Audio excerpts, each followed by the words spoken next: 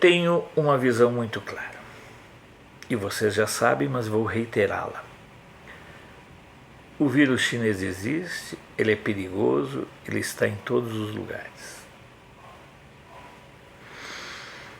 Mas ele não pode ser tratado dessa forma histérica, leviana e irresponsável que vem sendo tratado pelos meios de comunicação, que costumeiramente são levianos, histéricos e irresponsáveis.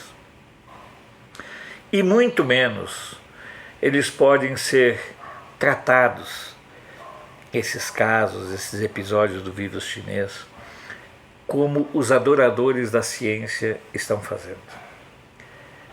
Na verdade, boa parte dos cientistas não passam de chutadores. Eu ontem li uma matéria na Rádio França Internacional sobre o modelo que a Suécia adotou para fazer frente ao vírus chinês.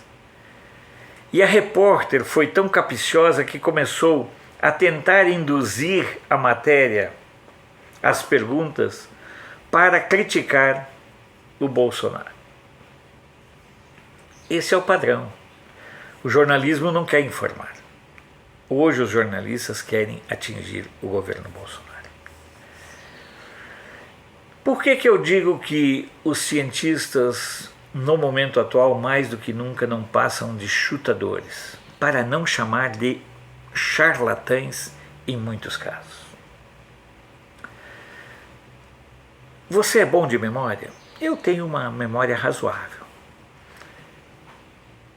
Você lembra quantas vezes os cientistas, os adoradores da ciência, os pequenos aprendizes de Hitler, os xerifetes de submundo como Moisés, lá de Santa Catarina, como aqueles governadores lá do Nordeste, da esquerda, como Dório, Witzel, quantas vezes eles se valeram do argumento de que, não, nós temos que tomar medidas para nos precaver do pico.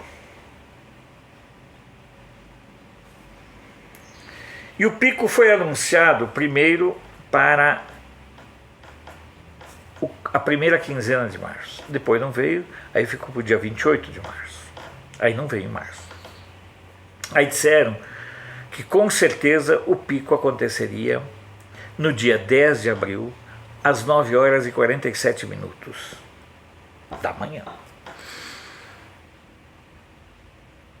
Agora já estão dizendo que o pico vai ser em maio ou junho. Já tem gente dizendo que o pico vai ser em setembro, na primavera. É muita irresponsabilidade dessas pessoas. Porque, na verdade, eles usam essas imagens com apoio midiático para disseminar o medo e o pavor. O vírus existe, não vou negar. Ele é perigoso, não vou negar. Mas ele não vai acabar com a vida. Eu já falei, o vírus pode ser benéfico no sentido de inserir nos nossos hábitos cotidianos coisas simples como lavar as mãos, manter um distanciamento, cuidado na hora de espirrar, lavar as frutas. Caiu um pedaço no chão, não vai comendo. Aquela história de que é menos de 2 segundos, dá para continuar comendo. Nada, isso aí é balela. Essa necessidade de manter o clima do terror, ela tem um paralelo, na minha visão, com a necessidade de não divulgar a quantidade de curados. A ciência se vale de certos obscurantismos para impor os seus medos. E quando um maledeto fala em eu sou defensor da ciência, não é defensor porcaria nenhuma. É defensor dos seus interesses. E agora, inclusive, está surgindo que ele está muito preocupado em defender os interesses da filha. Olha que nível nós chegamos. Eu já disse para vocês e vou repetir. Eu não tenho medo de corrupção no governo Bolsonaro, com exceção de 3 ministérios: agricultura, saúde e turismo. São os que eu tenho muito medo. Mas olha, bota medo nisso. Se vai acontecer em Nhaca, vai acontecer num desses três, se não acontecer nos três. Porque 2 deles já estão trabalhando com os mesmos atores, com os mesmos agentes e com as mesmas estratégias que levaram a denúncias de corrupção nos últimos anos.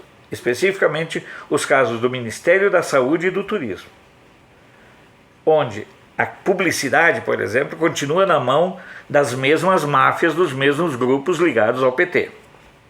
Eu tenho falado isso e não vou parar de falar. Então eles não divulgam os curados porque eles precisam disseminar o medo, e o medo é um universo no qual eles pretendem continuar roubando e fazendo dinheiro. E agora surgiu uma nova vedete, a subnotificação.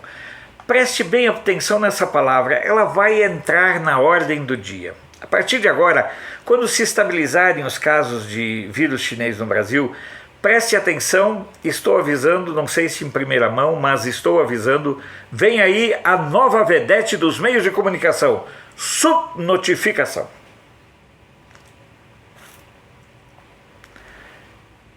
Aquela história de colocar o máximo de óbitos na conta do Covid, que era uma norma no começo do governo do Dória, parece que foi um pouco abandonada. Mas agora eles criaram uma nova, que é a subnotificação.